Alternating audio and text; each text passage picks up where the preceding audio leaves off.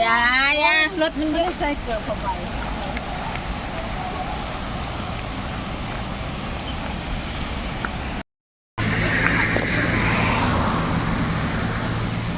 ถึงแล้วมาฮอดแล้วสวนรุกไปทอดน้ำตกทานทองมาถึงแล้วจ้าป้าสลินนะ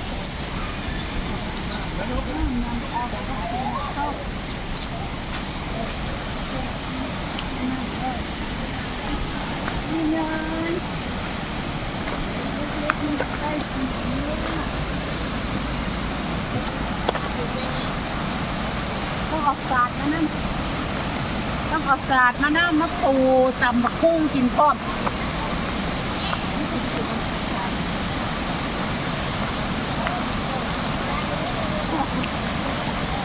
ลงเล่น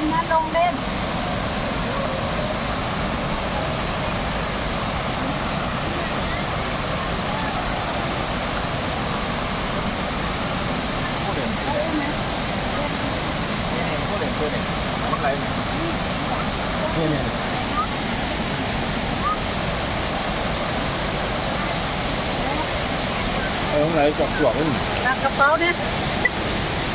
ยืนเตียง แล้วลงไปจะไม่อะไรวะลงไปเลย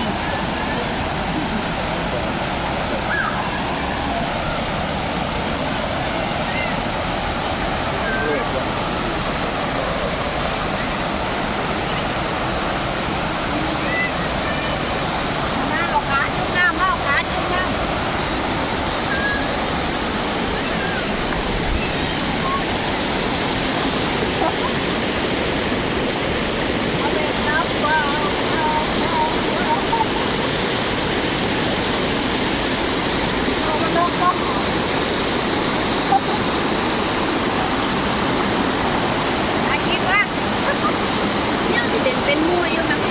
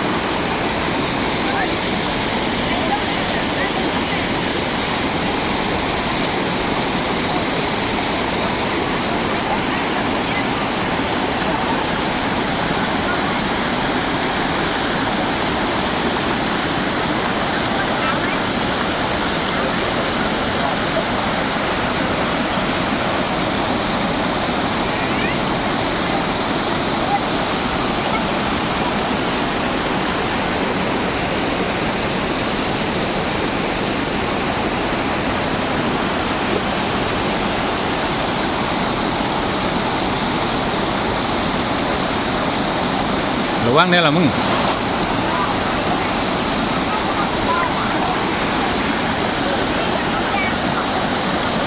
กิดจะลื่นไหล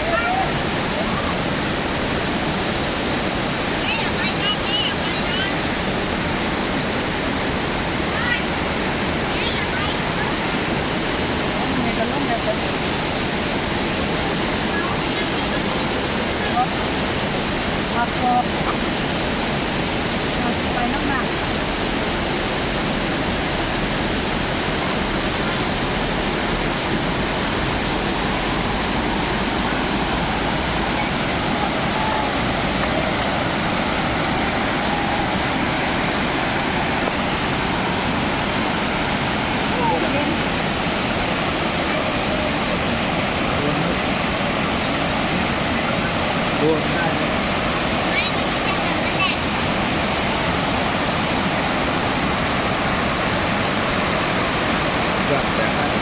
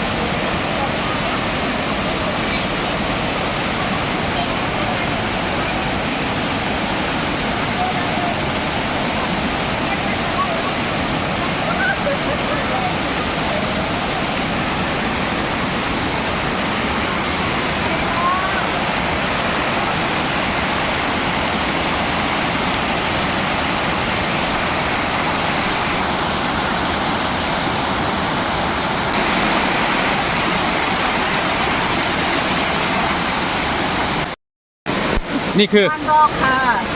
นี่คือน้ำตกทานทองน้ำตกทานทองอำเภอสังคมจังหวัดหนองคายลูกใกล้ๆมันเด่นเด้อเดี๋ยวจะพาไปเล่นมองไม้ค่ะอย่าลืมกดไลค์กดแชร์นะคะช่องจำลองลิ้นเงินชาแนลขอบคุณค่ะสวัสดีค่ะ